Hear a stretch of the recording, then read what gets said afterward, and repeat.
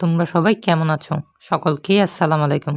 আজ আমি মোহাম্মদ মুনতাসির আছি তোমাদের সাথে। আজকে আমাদের আলোচনার বিষয় হলো পলাশী যুদ্ধ নিয়ে। আশা করি তোমরা আজকের ভিডিওটি থেকে অনেক কিছু শিখতে পারবে। চলো তাহলে আজকের ক্লাসটি শুরু করা যাক। প্রথমেই আমরা পলাশী যুদ্ধের ইতিহাস সম্পর্কে জানব।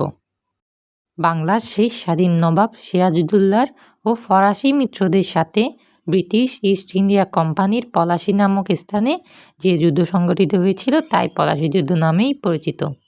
1757 সালের 23শে জুন তারিখে এই যুদ্ধ সংঘটিত হয়েছিল।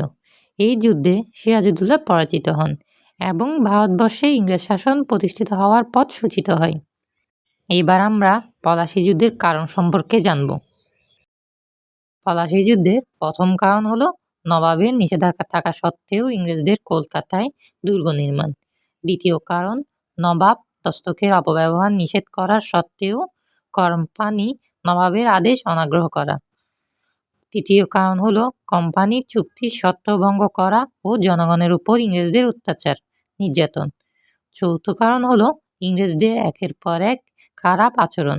এইসব কারণেই মূলত পলাশী যুদ্ধ সংঘটিত হয়েছিল। এখন আমরা জানব নবাব সিরাজউদ্দৌলা কেন পরাজিত হয়েছিল।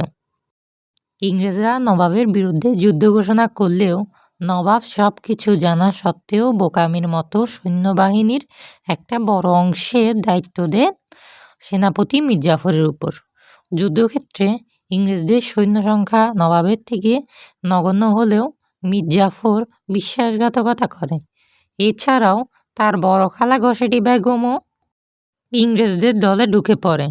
মূলত তাদের ষড়যন্ত্রের কারণেই নবাব সিরাজউদ্দৌলা যুদ্ধে পরাজিত হন এবং শহীদ হয়। এবার আমরা পলাশী যুদ্ধ দিবস নিয়ে কথা বলবো। 1757 সালের 23শে জুন পলাশীর আমবাগানের যুদ্ধে স্বাধীন বাংলার নবাব ব্রিটিশ ইস্ট ইন্ডিয়া কোম্পানির কাছে পরাজিত হন। ফলে প্রায় 200 বছরের জন্য বাংলা স্বাধীনতা হারায়। প্রতি বছর সেই জন্য 23শে জুন পলাশী দিবস হিসেবে পালিত হয়। আজকের মতো বিদায় নিলাম। তোমাদের সাথে দেখা হবে আরও নতুন একটি ভিডিওতে। সেই ভিডিওতে আমরা সিপাহী বিদ্রোহ নিয়ে আলোচনা করব। সবাই ভালো থেকো, সুস্থ থেকো আর আমাদের পাশে থেকো, এই কামনাই রইল তোমাদের কাছে।